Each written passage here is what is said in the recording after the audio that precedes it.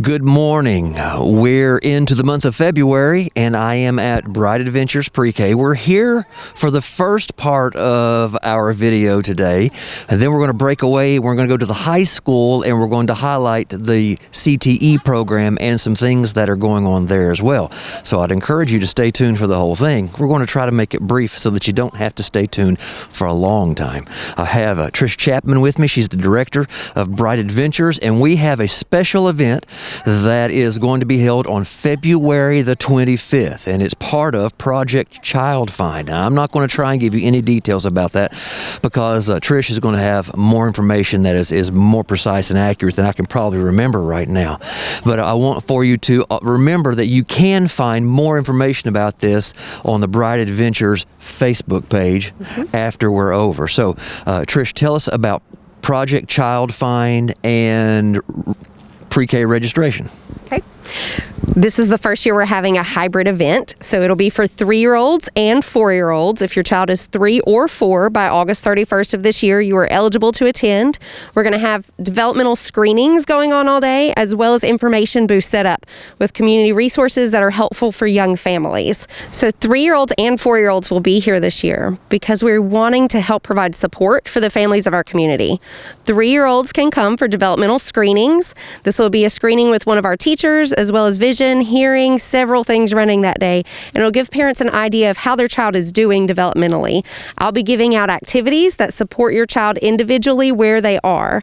4-year-olds will be here for screenings as well, but also for pre-K registration. If your child is 4 by August 31st, they're eligible to attend Bright Adventures free of charge, and we are excited to have them here. To find out more, you can look on Facebook or you can call our front office to set up an appointment for your child that day. And so it's hard to believe, Trish, that we're in February. Matter of fact, I think today is Groundhog Day, February 2nd, and we're already looking at getting ready for the next school year.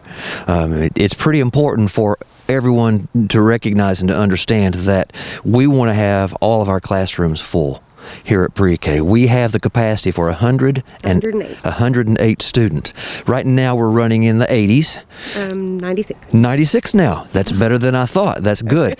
But we've still got space, and we need to fill that up. So if you would do us a favor, if you would please share this video with anyone who you think might have a 4-year-old or maybe a 3-year-old who could come to Bright Adventures next school year.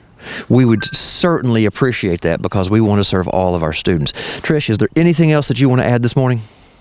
That's it. All right, then we're going to pause and drive to the high school and have a conversation with Barbara Sneed in the CTE program because there's some great stuff that's going on there as well. Hang on just a minute. We've shifted, and it may not look like we're at the high school, but we are, because behind us is our barn and our animals and our new pasture that has been developed. And with me is Barbara Sneed. We're with Barbara because there's a couple of things that we want you to know about. The first one is this. On February 3rd, at the high school, there is open house for all of the students who attend the high school.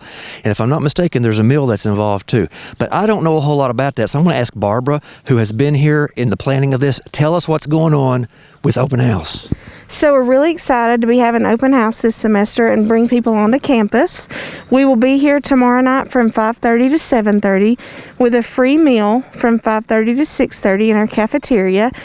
And we want to spotlight all of our programs and all of our course offerings for the year.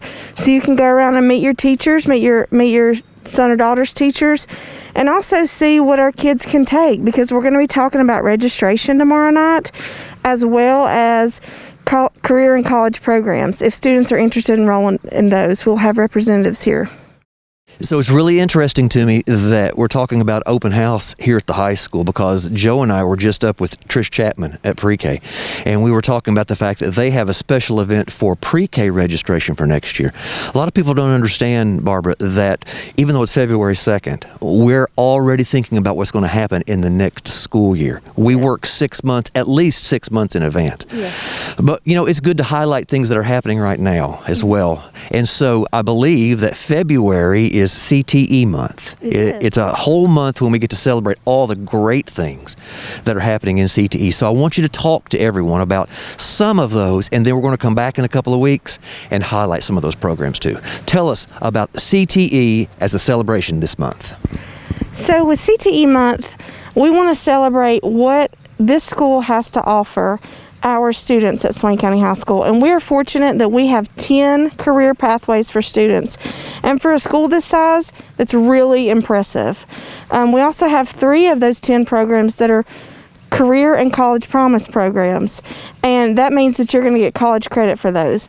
But the really exciting thing that we've got going on this month is we're spotlighting all of our CTE areas, and we have a dress-up week that starts February 14th and ends on the 18th.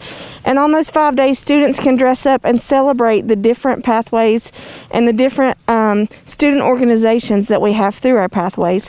For instance, on Monday, we have the FCCLA Day, which is dress like a chef or wear red and white, and that's February 14th. The 15th, we have the FFA Day, so you would dress in blue and gold or FFA attire. On Wednesday, you would dress up as HOSA, and that's scrubs, lab coats, anything in the health careers. And then Thursday is dressed like your future occupation, with Friday ending the week for Skills USA, which is dressed in red, white, and blue, and that is any kind of career in construction, drafting, welding, anything in the skills area is what we're talking about there. So HOSA is health occupations. Yes. FFA used to be when I was in school, future farmers. Yes. Okay. FFCLA? FCCLA, Family and Consumer Sciences Program. Okay, so that's how come they're dressing like a chef. Yes. I get it. Okay, Yes. so all of those pieces, the way they're going to dress, apply to those particular areas. They do. So what we're going to do is 2 weeks from today, we're going to come back and we're going to highlight some of those programs. Awesome. All right? And we want to highlight some of the students that are involved in that as well. So that gives you something to look forward to. Just please remember, pre-K registration is getting ready to happen, so pay attention to their Facebook page for that. Open house is here at the high school on February the 3rd. Please, if your son or daughter goes to school here, make sure that you come to that. It's going to be a wonderful night, and there's free food for that as well. That's enough for today.